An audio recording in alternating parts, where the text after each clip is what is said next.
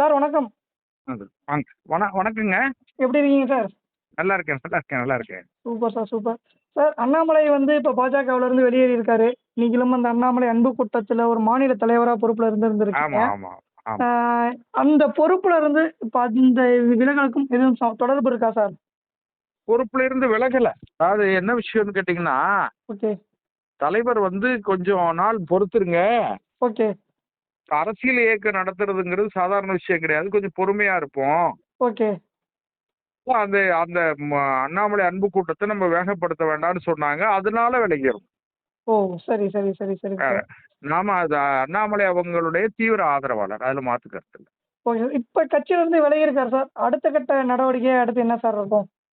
அவரு தமிழக நலன் சார்ந்த ஒரு தனித்த அடையாளத்தோட ஒரு அரசியல் இயக்கம் ஆரம்பிக்கிறதா தான் தகவல். Okay, okay, okay. இப்ப தமிழக மக்களுக்கு இப்ப கிட்டத்தட்ட பார்த்தோம் அப்டின்னா, விஜய நோக்கி தமிழக மக்கள் எல்லாமே நகர்ந்துட்டாங்க அப்படிங்கிற ஒரு டாக் ஒண்ணு போயிட்டு இருக்கு. இப்ப இந்த மாரி நேரத்துல வந்து இப்ப அண்ணாமலை அவர்கள் வந்து கட்சி தொடங்கினார் அப்டின்னா, அவருக்கு வந்து ஆதரவு இருக்கும்னு நீங்க நினைக்கிறீங்களா சார்? இதுல என்ன விஷயம்னு கேட்டீங்கன்னா, ம், தமிழக வெற்றி கழகம் அல்லது தமிழக முதல்வர் இன்றைய முதல்வர் மாண்புமிகு முதலமைச்சர் விஜய் அவர்கள் வந்து ம். அவருடைய அரசியல் தொடக்கம் அல்லது அரசியல் பணியில அதுல வந்து அதுல எதுல வெற்றி அடைஞ்சிருக்காருன்னு நான் நினைக்கிறேன்னா, ஓகே. ஜாதி தோத்து போயிருக்கு, புரியுதுங்க சார். மதம் தோற்று போயிருக்கு. ம், ம். பணம் கொடுத்து வெற்றி பெறலாங்கிற வந்து அந்த அரசியல் கட்சிகள், அதாவது மக்களுடைய பணத்தை எல்லாம் கொள்ளையடிச்சிட்டு தேர்தல்ல ஓட்டுக்கு பணம் கொடுத்து வெற்றி பெறலாங்கிற அந்த மாயை தகர்க்கப்பட்டு ஓகே. எளிய மக்களும் பதவிக்கு வர முடியும் அப்படிங்கிறத அவரு திரு விஜய் அவர்கள் வந்து நிரூபிச்சிருக்கார். ம், ம். அதுக்கு காரணம் என்னன்னு கேட்டீங்கன்னா, திமுக மேல இருந்த மிகப்பெரிய கோபம். அதாவது இன்னும் சொல்ல போனீங்கன்னா, திமுகவுக்கு எதிர்ப்பா வீசிய அலை அதிமுக மேல ஒரு நம்பிக்கை இல்ல. ஓகே. அதிமுக வலிமையான தலைமையின் கீழே இல்ல. கடந்த 5 வருஷமா திமுக அமைச்சர்கள், மாவட்ட செயலாளர்கள் அவங்க எல்லாம் நடந்துகிட்ட முறைகள் இருக்கு பாருங்க. ஒரு நாட்டாமை மனநிலையில் நடந்தாங்க. அதை மக்கள் ரசிக்கல. திமுக தொண்டர்களும் ரசிக்கல. ஓகே. இதனுடைய விளைவு திரு விஜய் அவர்கள் வந்து வெற்றி பெற்றிருக்காங்க. இன்னைக்கு ஆட்சி அதிகாரத்துல இருக்காங்கன்னு வைங்களேன். சரிங்க சார். அதே நேரத்துல திரு விஜய் அவர்களை விமர்சிக்கிறதுக்கு ஏதாவது செய்திகளே இல்லை அப்படின்னு நீங்க நினைச்சிட வேண்டாம். ஏன்னு கேட்டா, நேற்றைக்கு கூட அவங்க வந்து திரு விஜய் அவர்கள் வந்து மாண்புமிகு முதலமைச்சர் அவங்க திருச்சியில பேசும்போது ம். ஒரு தேர்தல் பிரச்சார மேடையில பேசுற மாதிரி பேசுனாங்களே தவிர அவருடைய அரசின் மேல வைத்திருக்கிற விமர்சனத்துக்கு பதில் சொல்ற மாதிரி இல்ல. ஒரு உதாரணத்துக்கு என்ன சொல்றேன்னா, 200 யூனிட் ஃப்ரீன்னு சொல்லி எல்லாருக்கும் சொன்னாரு. ஆமா. இப்ப 500 யூனிட் வரைக்கும் கன்சியூம் உபயோகப்படுத்தக்கூடியவங்களுக்கு தான் 200 யூனிட் ஃப்ரீ. ஹலோ. புரியுது சார். கேக்குது. கேட்டுட்டு தான் இருக்கேன். அதே போல வந்து எல்லா விவசாயிகளுடைய கடனையும் தள்ளுபடி பண்ணுவேன்னு சொன்னாரு. அதுக்கு இப்போ வந்து எப்படின்னு கேட்டா 50,000 கீழே உள்ள கடன்களை தான், அதுலயும் 15,000 தான் தள்ளுபடி பண்ணுவேன்னு சொல்லியிருக்காரு. கரெக்ட். ஆமா. இப்படி முரண்பாடுகள் இருக்கு. சரி, முதலமைச்சர் நீங்க நேற்றைக்கு வந்து தமிழக வெற்றி கழகத்தோட தலைவர் விஜய் அவர்கள் வந்து இன்னைக்கு தமிழ்நாட்டுடைய முதலமைச்சர். தமிழ்நாட்டுடைய முதலமைச்சரா இருக்கிற அவரு, காவல்துறையை பொறுப்பு வச்சிருக்கிறவரு, இங்க நடக்கிற சட்ட ஒழுங்கு பிரச்சனையாக இருக்கட்டும், பாலியல் வன்கொடுமை, அதெல்லாம் வந்து போதை பழக்கம், இது எல்லாத்துக்குமே அவர் பொறுப்பா இருந்து அதை அட்ரஸ் பண்ணணும். ஆமா. அதை பண்ணல. சோ அது எதுக்காக நான் இதை சொல்ல வரேன்னு கேட்டீங்கன்னா, இப்படிப்பட்ட அந்த குற்றச்சாட்டுக்களை திமுகவோ அதிமுகவோ வச்சு அதுக்கு வந்து என்ன கேட்டீங்கன்னா, நீங்க நேற்று என்ன பண்ணீங்க, நீங்க முந்தா நாள் என்ன பண்ணீங்கன்னு பதில் சொல்லுவாங்க. ஆமா. தமிழக வெற்றி கழகமே என்ன சொல்லுவாங்கன்னா, நீங்க என்ன சொல்றாங்க, இப்ப திமுக ஆட்சியில விதைச்சது இன்றைக்கு மரமா வளர்ந்துருக்கு, விருட்சமா வளர்ந்துருக்கும்பாங்க. திமுக ஆட்சியில வந்து விதைத்த விஷம் இன்னைக்கு விருட்சமா இருக்குன்னு சொல்லுவாங்க. அதிமுக ஆட்சியில நடந்த தவறுகளை தமிழக வெற்றி கழகம் சொல்லிடுவாங்க.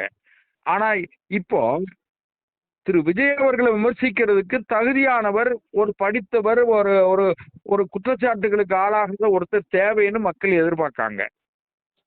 அந்த அந்த இடத்தை திரு அண்ணாமலை அவர்கள் நிரப்புவார்னு சொல்லி நான் நினைக்கிறேன். Okay sir. இப்போ வந்து சார் இப்ப விஜய் அவர்கள் வந்து ஆட்சி அமைச்சுட்டாரு. இப்ப ஆம் ஏகோபித்த இளைஞர்களுடைய ஆதரவு விஜய்க்கு இப்ப இருக்கு. ஆம் இப்ப அண்ணாமலை வந்து அந்த இடத்த நிரப்புவார்ன்னு நம்பலாமா? உறுதியா அது இன்னொரு விஷயம் சார். ஒண்ணு, ஓகே. காலங்கள் போக போக ம். இந்த ஆட்சியினுடைய தடுமாற்றம், ஓகே. இந்த ஆட்சி தேர்தல் காலங்கள்ல சொன்ன வாக்குறுதிகளை நிறைவேற்ற முடியாம தடுமாறி அந்த ஆட்சி வந்து எந்த திசையில பயணம் பண்ண போது, திரு விஜய் அவர்கள் ரொம்ப நேர்மையா இருந்தா கூட அவரை சுற்றி இருக்கிறவங்க நேர்மையா இருக்கணும். கண்டிப்பா, கண்டிப்பா. ஆமா. அவர் இன்னும் நிறைய வந்து உங்களுக்கு ஒரு முதலமைச்சர் வந்து ஒரு 30 ஏறக்குறைய தமிழ்நாட்டில் இருக்கிற 38 துறைகளுக்கும் அவர்தான் பொறுப்பு. ஆமா. ஓவரால் ரெஸ்பான்சிபிலிட்டி தமிழ்நாடு அரசினுடைய தலைவர், தலைமை பொறுப்புல, ஆட்சி அதிகாரத்துக்கு தலைமை பொறுப்புல இருக்கிறவரு திரு விஜய் அவர்கள் தான். அவர்கள் எந்த அளவுக்கு கண்காணிப்போடு இப்போ இவ்வளவு குறுகிய காலத்துல விமர்சனம் பண்றது நியாயமான்னு கேட்டா, இவ்வளவு குறுகிய காலத்துல இவ்வளவு விமர்சனங்கள் வந்திருக்க கூடாதுங்கிறதையும் நம்ம பார்க்கணும். புரியுது, புரியுது, புரியுது. ஆமா. நாங்க நேற்று கூட அவரு திருச்சியில சொல்றாரு, நான் வந்து மிகப்பெரிய நல்ல நல்ல அதிகாரிகள் எல்லாம் போட்டிருக்கேன்னு சொல்றாரு. இப்போ காவல்துறை அதிகாரிகளை போட்டிருக்கேன், சட்ட ஒழுங்கை காப்பாத்துவேன்லாம் சொல்றாரு. ஆமா. அந்த காவல்துறை அதிகாரிகள் நியமனத்திலேயே கூட சில விமர்சனங்கள் இருக்கு. ஓகே. அதனால இனி வந்து இந்த அதிகாரிகளை வந்து எப்படி அவர் கண்காணிக்க போறாரு? கடந்த ஆட்சியில முழுக்க முழுக்க அதிகாரிகளே வந்து முன்னாள் முதலமைச்சர் திரு மு.க. ஸ்டாலின் அவர்களே தவறாக வழி நடத்தினாங்கிறது தான் மிகப்பெரிய குற்றச்சாட்டுல அது ஒண்ணு. Okay, okay, okay. அதனால அதே மாதிரி திரு விஜய் அவர்களும் இருந்துடக்கூடாது. எல்லா விஷயங்கள்லயும் அவர் கவனம் செலுத்தணும். அதிகாரிகளை வந்து அவர் கட்டுப்பாட்டுக்குள்ள வைக்கணும், நிர்வாகத்தை கட்டுப்பாட்டுல வைக்கணும், கட்சிக்காரங்களை கட்டுப்பாட்டுக்குள்ள வைக்கணும். இன்னைக்கு கூட பாத்தீங்கன்னா சிறுவைகுண்டத்துல அவர் கட்சியை சார்ந்த ஒரு நிர்வாகி, மாவட்ட நிர்வாகி ஆமா. பாலியல் வழக்குல கைது செய்யப்படுறாரு. 2 நிர்வாகிகள். ஆமா, இதெல்லாம் வந்து நாளைக்கு நான் இன்னும் போக போக போக இது பூதாகரமா ஆகும். இப்ப இதை அட்ரஸ் பண்றதுக்கு ஒரு நல்லவன் கிடைக்க மாட்டானா அப்படின்னு சொல்லி மக்கள் ஏங்குவாங்க தானே, இது எதிர்பார்ப்பு. கண்டிப்பா. இப்போ நான் என்ன நினைக்கிறேன்னா சார், திராவிட மாடல் அப்படின்னு சொல்றது, திராவிட இயக்கம் சொல்றது, இது தோத்து போயிடுச்சு சார். ஓகேங்க சார். ஜாதி மதம் தோத்து போயிடுச்சு. ஓகே. சனாதானம் அது இதெல்லாம் பேசி காலத்தை ஓட்ட முடியாது. இனிமேல் வெல்ஃபேர் கவர்மெண்ட், ஒரு குட் கவர்னன்ஸ் வேணும். புரியுது. ஒரு நல்ல ஆட்சியை கொடுக்கறவங்களாலதான் மட்டும்தான் வெற்றி பெற முடியும். அந்த ஆட்சியை கொடுக்கறதுல இவர் கொஞ்சம் தடுமாறினாலோ அதை தட்டி கேட்கக்கூடிய தகுதி உள்ள ஒரு தலைவரா திரு அண்ணாமலை இருப்பாருன்னு சொல்லி நம்ம நம்புறோம் சார். ஓகே. அதே மாதிரி சார் இப்போ வந்து இவர் அஜித்தோட ஆலோசனை, ரஜினிகாந்த் அவருடைய ஆலோசனைப்படி தான் இப்போ அண்ணாமலை அவர்கள் வந்து இப்போ புது கட்சி ஆரம்பிக்க போறதா தகவல் எல்லாம் கசிஞ்சிட்டு இருக்கு. அது எந்த அளவுக்கு சார் உண்மை? அது ஊடகங்கள், உங்களுக்கு நம்ம வந்து ஊடகங்களுடைய கற்பனைகளுக்கெல்லாம் நாம வந்து கட்டுப்பாடு விதிக்க முடியாது தானே. கண்டிப்பா. ஆமா. நீங்க உங்க கற்பனை சிறகுகளை விரிச்சு பறக்கும் போது நான் எப்படி வந்து நீங்க அதை இப்படி போக கூடாதுன்னு சொல்ல முடியாதுல்ல. கண்டிப்பா. ஆனா அதுக்கான உறுதியான தகவல் என்கிட்ட இல்ல. Okay sir. ஓகே. அதே மாதிரி சார் இப்போ பாஜகவுல வந்து என்னை வந்து முடக்கி வச்சிருந்தாங்க அப்படிங்கிற மாதிரி தகவல்களை சொல்லி நான் கட்சியில இருந்து வெளியேறேன் அப்படிங்கிற மாதிரி சொல்லியிருக்காருல்ல. அதுல ஒண்ணும் சந்தேகமே இல்லை. ஏன்னு கேட்டீங்கன்னா 2024 நாடாளுமன்ற தேர்தல்ல வெறும் அதுக்கு முன்னால 3% இருந்த வாக்கு வங்கிய 18.2% வாக்குகள், கிட்டத்தட்ட ஏறக்குறைய 82 லட்சம் வாக்கு பாரதிய ஜனதா கட்சியோட தலைமையிலான அணி பெற்றது. கண்டிப்பா. ஆமா. கூட்டணி சேர்த்து 18.2%, ஏறக்குறைய பிஜேபி மட்டும்னு சொல்லி பாத்தீங்கன்னா கூட ஏறக்குறைய 12% கிட்டத்தட்ட வந்துச்சு வந்தாங்க.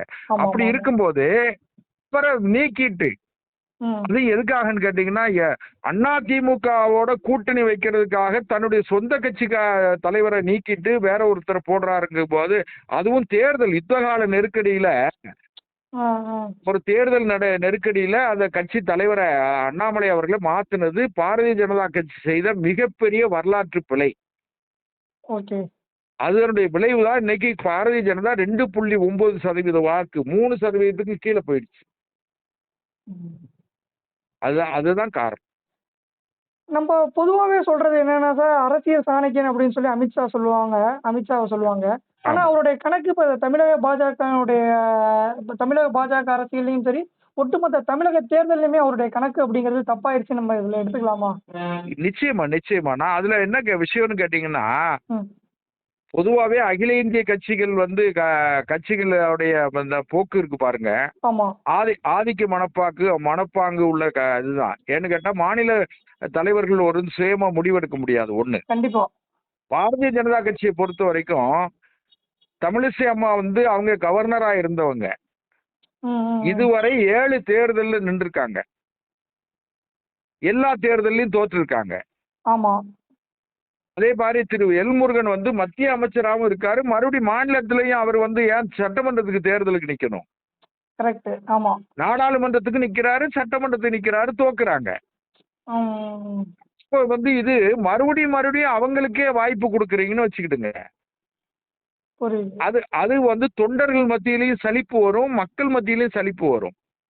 திரு எல்முருகனை வந்து இன்னும் அவர் தமிழ்நாட்டுக்கு என்ன தமிழ்நாட்டினுடைய வாழ்வாதார பிரச்சனை, தமிழ்நாட்டோட மக்கள் பிரச்சனைக்காக எந்த பிரச்சனையும் அட்ரஸ் பண்ணியிருக்காரு? அது பார்க்கணும்ல. கண்டிப்பா. தமிழ்நாட்டுக்கு இருக்கிற ஒரே மத்திய மந்திரி அவரு, மத்திய இணையமைச்சர். அவர் தமிழ்நாட்டோட எல்லா பிரச்சனையும் அவர் அட்ரஸ் பண்ணணும்ல. பார்லிமெண்ட்ல பேசணும். கண்டிப்பா பார்லிமெண்ட்ல பேசணும், மக்கள் மன்றத்துல பேசணும், தமிழ்நாடு அரசை கண்டிக்கணும்.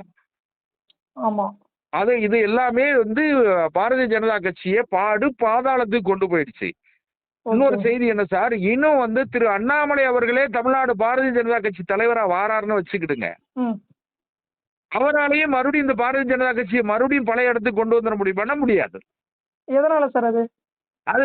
ஒன்னொன்னு சார், உங்க மேல ஒரு இம்ப்ரெஷன் வந்து ஒரு தவறான அல்லது பலகீனமானவங்க நீங்க அப்படின்னு சொல்லி ஒரு முடிவு எடுத்துட்டாங்க மக்கள் அப்படின்னு சொன்னா, நான் பலமானவன் சொல்லி காமிக்க எப்படி முடியும்? புரியுது.